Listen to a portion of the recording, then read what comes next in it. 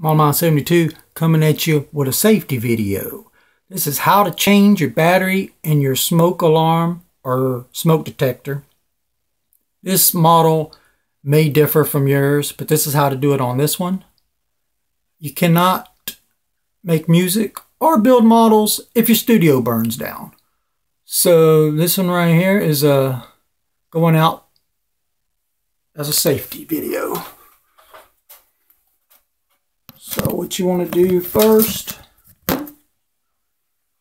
is counterclockwise and down. On this particular one, you have a tab here where the battery compartment is. Push that in, pull your 9-volt out. On this particular one, it shows you where your positive and your negative battery goes. If you have one like that, follow that so you don't put the battery in backwards. It's a good idea to change these out at least once a year. What you want to do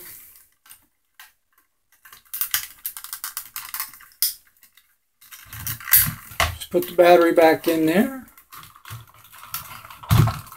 Find your tabs. Clockwise, lock it back in place. You can test it by pushing this button and holding it.